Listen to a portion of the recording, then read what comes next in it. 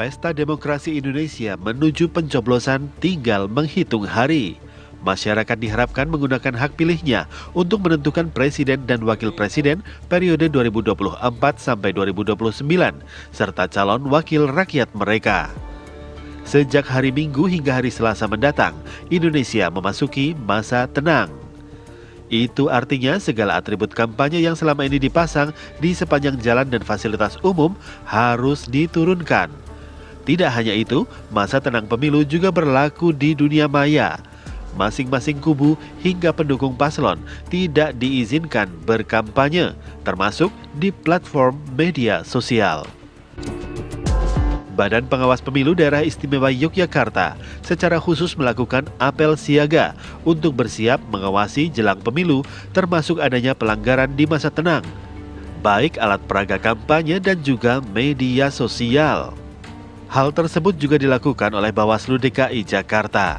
Di bawah komando Bawaslu Pusat, Bawaslu DKI Jakarta akan melakukan patroli siber.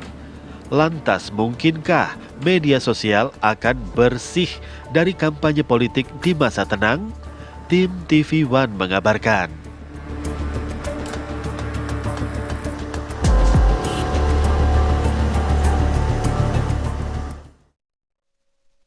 Walaupun kalau ngomongin media sosial nampaknya agak sulit begitu ya. Beda lah kalau misalnya menertibkan APK di jalanan gitu ya. Kalau media sosial satu di take down nanti muncul lagi yang lain. Ini mohon maaf nih, video porno atau konten-konten porno aja bisa kok.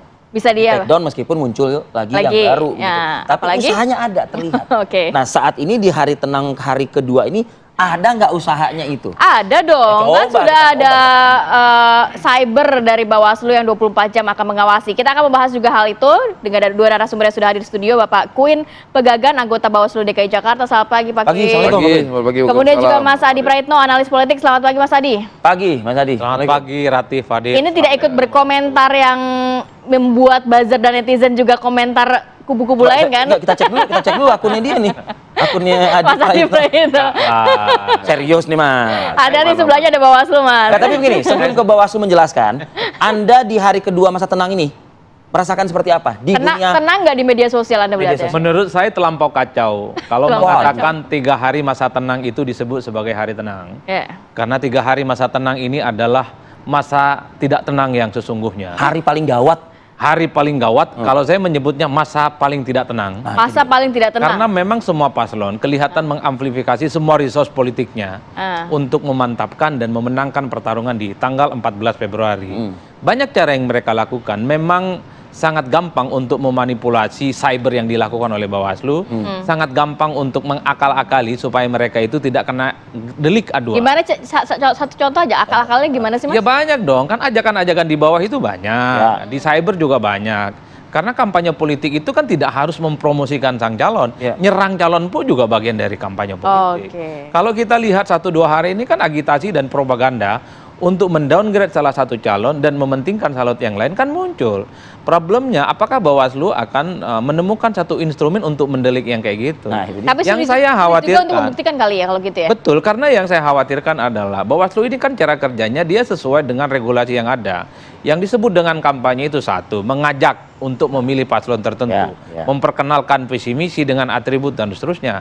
Pertanyaannya adalah kalau ada orang menyerang pihak lain, menguntungkan paslon yang lain, mengajak orang lain tanpa ajakan untuk memilih paslon, itu bagaimana caranya?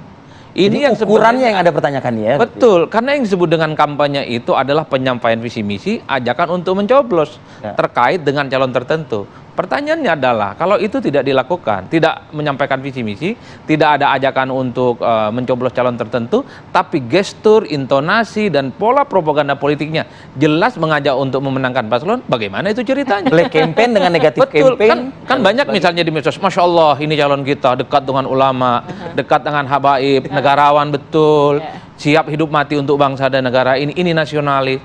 Apa bisa di take down? Itu jelas kok propaganda politik, itu jelas memberikan message kepada pemilih, ini loh capres yang paling mantap di 14 Padahal kan udah nggak boleh ya. Betul, gitu loh. yang nggak boleh itu kalau pose satu, nggak boleh itu begini, yang apa metal itu nggak boleh. Nggak boleh, Mas Adi. Ini masalahnya kan orang berkampanye nggak model begitu, Pak. Pakai model yang sangat soft, tapi pesannya sama. Berarti kalau dikatakan pekerjaannya Bawaslu untuk media sosial nampaknya lebih berat begitu ya. Berat betul ya. Pak Quinn, sudahkah ada catatan berapa banyak yang di take down selama hari kedua masa tenang ini, Pak? Pertama saya ingin mengomentari perihal bakal patroli cyber. Cyber 24. Kami sudah melakukan itu. Sudah melakukan itu? Sudah melakukan itu sejak dari masa awal pada saat Masa hari tenang. pers. Oh, oke. Itu di media massa ya.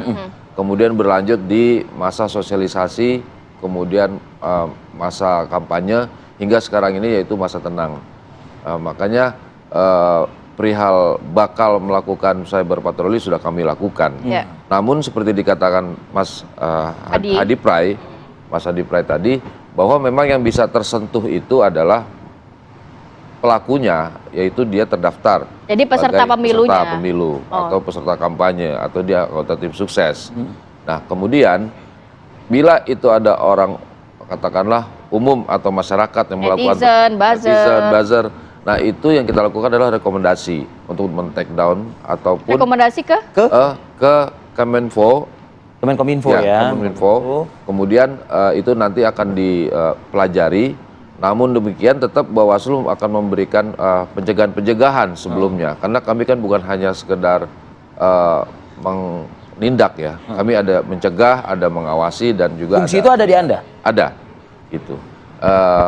Yang kami lakukan tidak hanya mengandalkan squad yang ada di kami, yaitu di provinsi, kota, kemudian di kecamatan, di kelurahan, hingga ke TPS ya, PTPS ya. Kami pun beserta dengan staf, terutama yang di badan kota dan provinsi, itu secara rutin berkolaborasi dengan seperti lembaga-lembaga anti fitnah, Mapindo, kemudian juga cek fakta, kemudian juga dengan badan cyber untuk ikut mengawasi BSSN juga. Ya, BSSN, kemudian juga dengan Keminfo seperti itu. Pak Quinn, tapi kalau tadi dikatakan Mas Adi kan sebenarnya ajakan kampanye ini tidak hanya harus memilih 1, 2, 3, tapi kan juga ada bentuk lainnya. Dan juga bagaimana untuk treatment peserta pemilu yang juga masih menjabat, mungkin sebagai kepala daerah atau dan lain sebagainya. Membedakan antara memposting ia berkampanye atau memposting saat ia sedang bertugas. Nah, itu gimana tuh? Mungkin saya akan komentari perihal masa tenangnya dulu ya. Karena di dalam masa tenang itu kan yang lebih berat ya, ancaman